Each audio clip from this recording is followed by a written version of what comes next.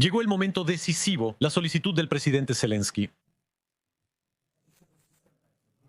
En lo que respecta a los sistemas patriotas, entendemos que existe un déficit importante y que esto representa un problema mayor. Yo veo estos sistemas como garantías de seguridad para nuestro país. Y, por ejemplo, los Estados Unidos, que podrían en realidad, como titulares de la licencia, propietarios de esta marca y empresas interesadas, garantizar los sistemas patriotas a Ucrania. Las empresas podrían garantizarlo. Y Ucrania está lista para comprar al menos 10 sistemas. Concentrémonos bien en el aspecto incluyendo... Técnico. Comprar 15.000 millones explique bien general. Ahí es realmente la prueba definitiva, es decir, lo que Trump va a decir o no definitivamente. Eso hace que la seguridad de Ucrania dependa de ello. Sí, por supuesto. Y de hecho, lo terrible es que es un arma. Hablamos de armas ofensivas defensivas, decimos desconocer qué son, pero esto es en realidad un arma defensiva. Es decir, se trata de derribar los misiles, los drones que están atacando las ciudades ucranianas. Por lo tanto, absolutamente no se trata, con un misil Patriot, por ejemplo, de adentrarse en territorio ruso y causar daños y continuar la guerra. Se trata simplemente de protección. Es equivalente al domo de hierro israelí que entendemos muy bien para evitar que caigan los misiles. Y efectivamente, si los Estados Unidos realmente rechazan eso, es realmente muy problemático. ¿Esto demuestra que Estados Unidos está abandonando a Ucrania? Xavier, explícanos. Hay varias ciudades que sin los patriotas corren gran peligro. Entonces, ¿hay un tipo de misil en particular que solo puede ser detenido por el Patriota? Actualmente son los misiles balísticos que ascienden a más de 100 kilómetros de altitud. Se requieren radares orientados hacia arriba para detectar misiles de crucero, helicópteros y aviones de combate que vuelan a baja altura. Incluso los misiles hipersónicos Kinzhal pueden ser interceptados por el sistema francés Mamba Salud. Pero para los misiles balísticos que los rusos han desarrollado en mayor cantidad y que ahora son capaces de golpear hasta en Kiev, se necesitan estos sistemas.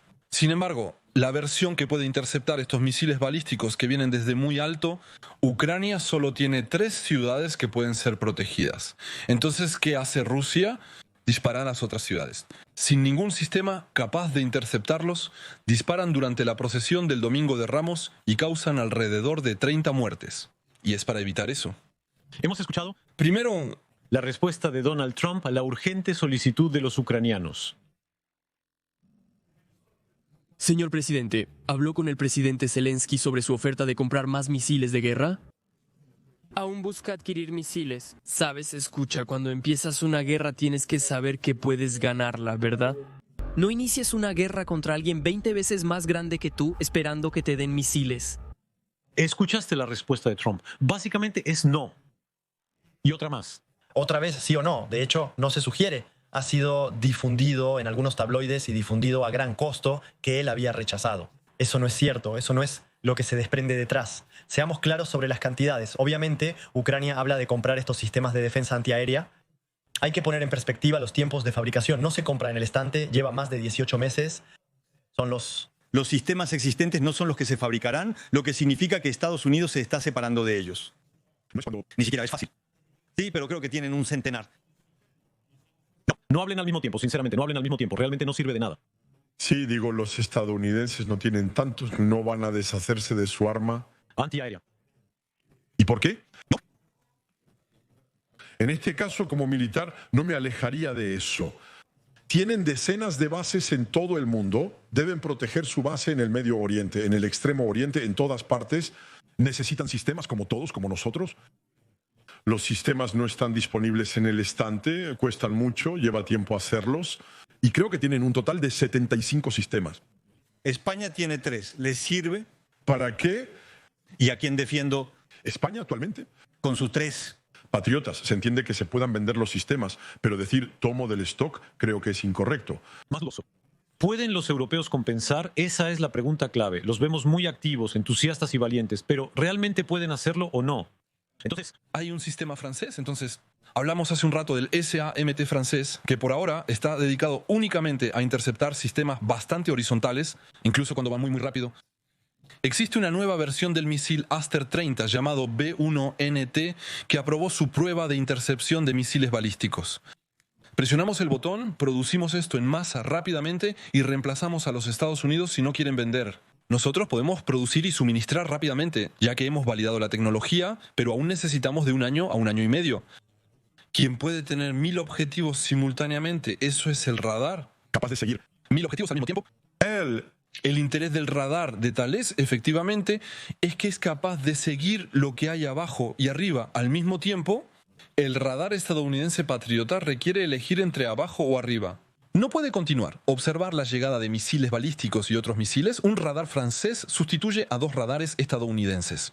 Por lo tanto, eso es una gran ventaja. Y luego, efectivamente, el misil, por lo tanto, es más eficiente, pero solo ahora hemos validado el misil que permite la intercepción. Se requerirán mínimo 18 meses para iniciar su entrega.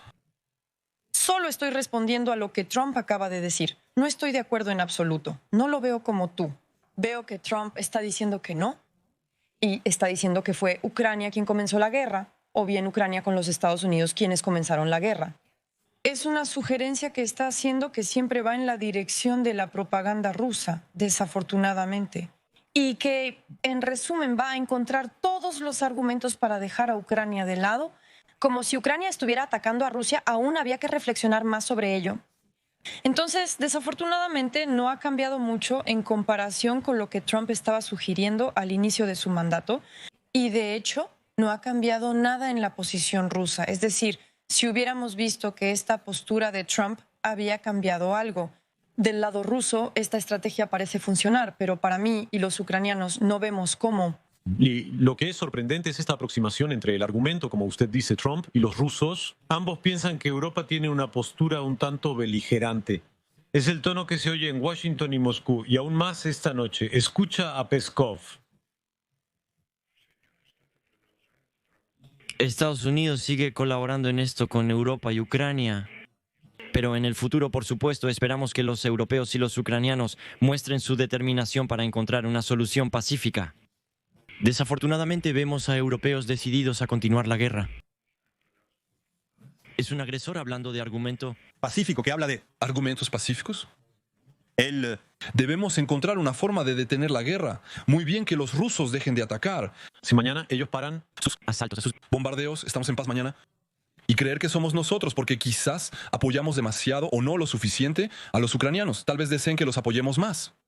Así forzarán el alto al fuego a los rusos que sufrirán. La repetición de este lenguaje hace que se convierta en un lenguaje común y que gente como Luke Ferry, por no mencionarlo, diga cualquier cosa y que adopten este lenguaje y esta propaganda rusa es insoportable.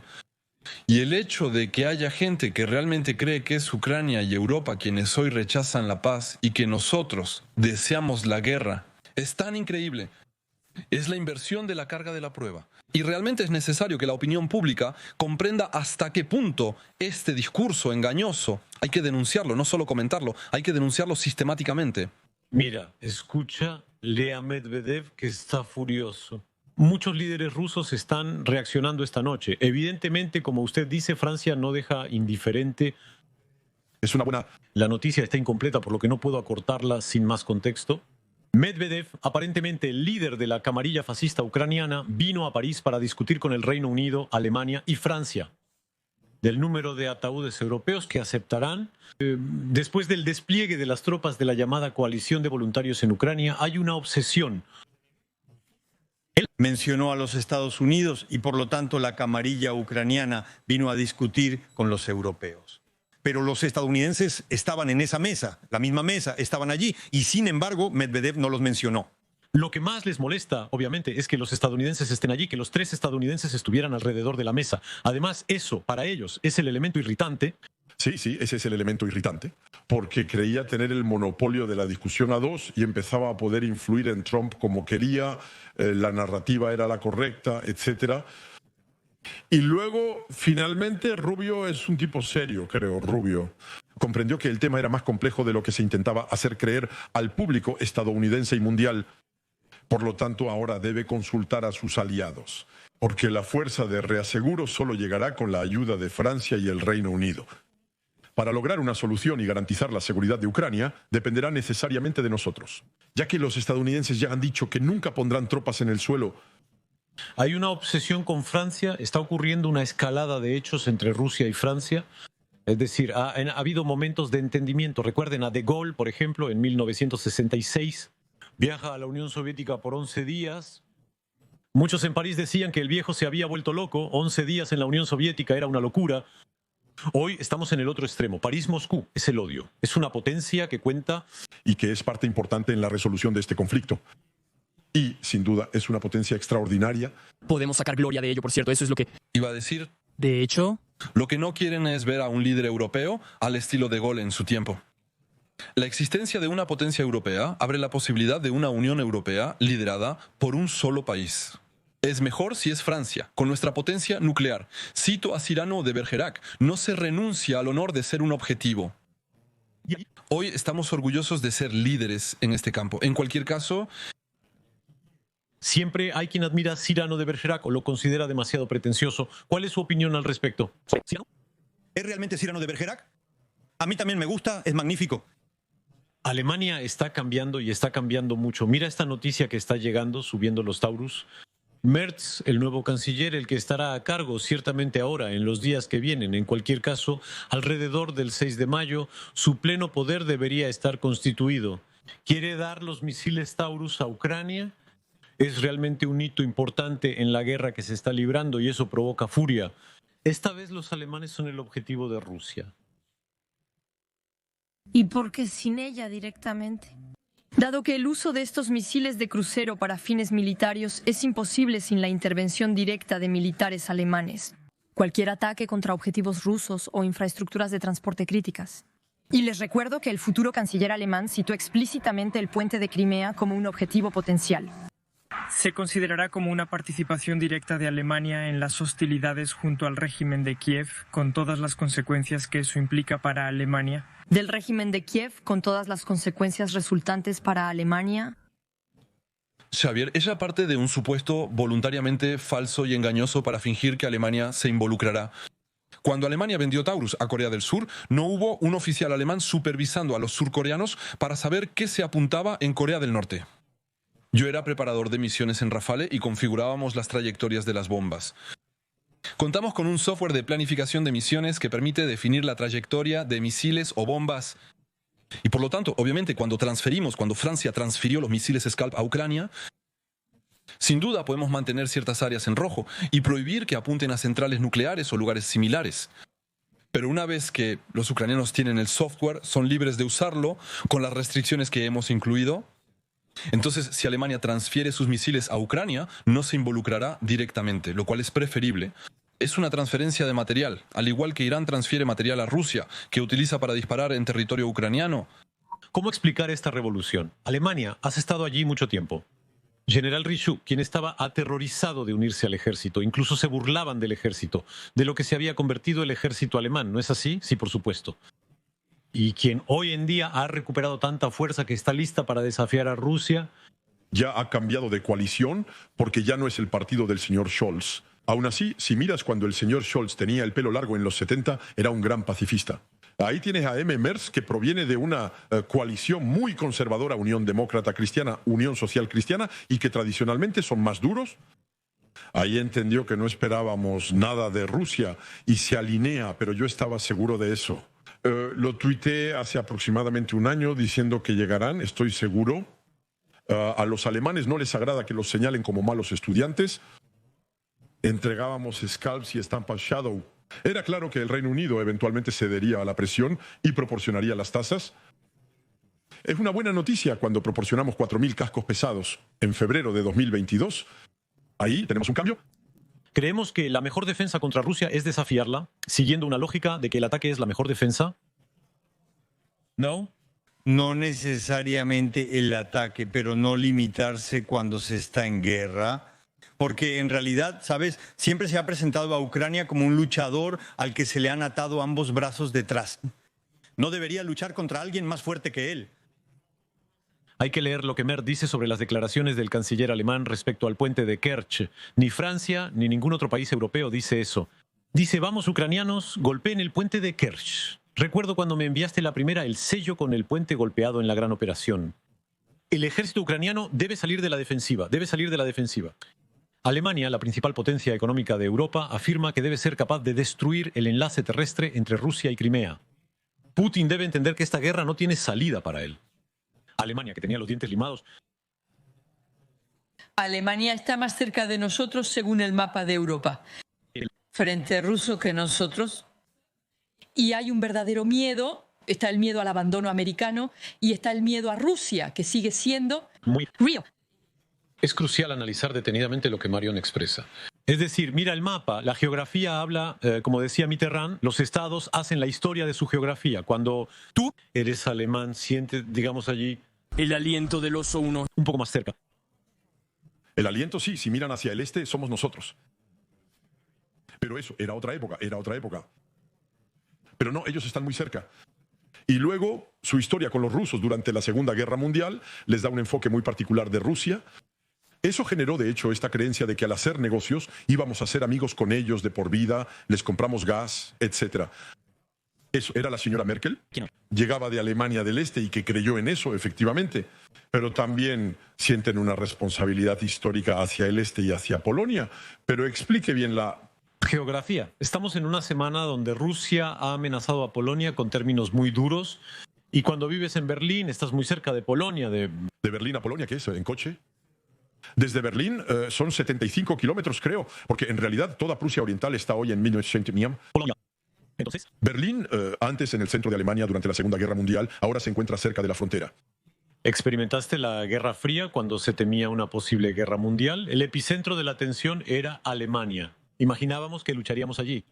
Luchábamos en el Limes, es decir, en el muro, porque recordamos que el muro no solo estaba en Berlín, había una sangría que partía del Báltico y llegaba a Suiza y que se veía con el Emirato de Oro, etc. En todas partes, en todas partes.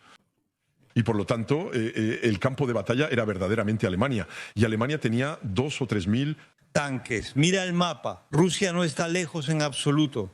Porque hay ese pequeño pedazo allí, ese pequeño puente marrón allí, es Kaliningrado. En Kaliningrado tienes las armas nucleares rusas que están colocadas y de Kaliningrado a Alemania. ¿A cuánto equivale en línea recta? Unos 250 kilómetros. Entonces, 200 kilómetros en realidad no está lejos en absoluto. Además, Alemania da al mar Báltico, por lo tanto también es vulnerable por el norte. Para la flota rusa y para la aviación rusa, que puede pasar incluso sin problemas, ya que hay corredores internacionales sobre el Báltico. Y por supuesto, eso está ahí. Además, no olvide que ha habido ataques a terminales, ataques a depósitos, el atentado planeado contra el director general de Rheinmetall. Y por lo tanto, Alemania entendió que la amenaza rusa es algo real. No es algo que imaginamos aquí en el estudio para nuestro placer. Putin quiere ejercer una presión cada vez mayor sobre esta parte. Cuando nos quedamos en este mapa, está acumulando tropas. 78.000 hombres, la mitad de lo acumulado en febrero de 2022. ¿Qué está diciendo a Europa Occidental? En realidad, yo estoy listo para aumentar el nivel de peligro. Volodymyr Zelensky y fuentes occidentales lo afirman. Creo que es un momento de verdad para Rusia para probar hasta dónde puede llegar con Occidente en esta configuración en la que se encuentra. La realidad de la amenaza hoy está en las palabras de Narishkin, el jefe del Servicio de Inteligencia Exterior, el servicio del que hablábamos hace un momento. Habla de la amenaza que representa para los polacos y los bálticos. Deberían entender, pero aún no entienden, que en caso de agresión de la OTAN, los primeros en sufrir serán los círculos políticos de Polonia y de los países bálticos. Polonia y los países bálticos simplemente no pueden entender que es la intensificación de la actividad militar en las fronteras de Rusia y Bielorrusia lo que se ha convertido en uno de los factores, una de las razones de la crisis actual, amplia, aguda y muy peligrosa en el continente. No hay novedades en el ámbito europeo, sin embargo, resulta interesante la obsesión con los países bálticos y Polonia. Para ellos, los territorios perdidos les permiten acceder al Báltico.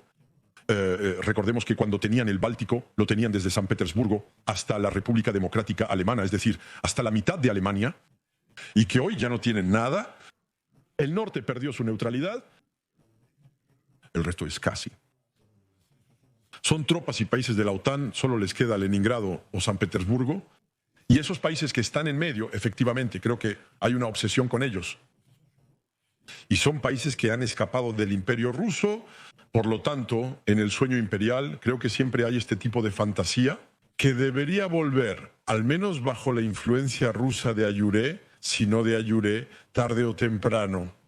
¿Oíste a Narishkin? Afirma que los Países Bajos y Estonia van a atacar a Rusia. El texto está Lo mismo que hicieron en Ucrania, pero Es una locura. Ucrania en el límite. Se puede decir que es un gran país, incluso un 20% más grande que Francia. A este nivel de argumentación no creo que realmente importe el efecto, Pero aquí realmente Estonia es un país muy pequeño. Ningún líder estonio en ninguna locura, en ninguna pesadilla sí, los rusos invadiendo Estonia. Pero ningún líder estonio ha planeado atacar a Rusia. Entonces, es una locura. También debemos considerar el contexto internacional, especialmente en Europa. A menudo se retrata a los europeos y la OTAN como los villanos en constante expansión. Pero ¿qué está pasando en Kazajistán? Kazajistán firmó un acuerdo de defensa con China, dirigido contra Rusia. En este caso es precisamente Rusia la que amenaza y agrede sistemáticamente a sus vecinos en todas partes. Y cuando estás en Georgia, cuando estás en Europa o en cualquier frontera, estás amenazado por Rusia. Por lo tanto, Rusia tiene la capacidad de alejar a los países que no puede obligar, como no puede atraerlos hacia ella.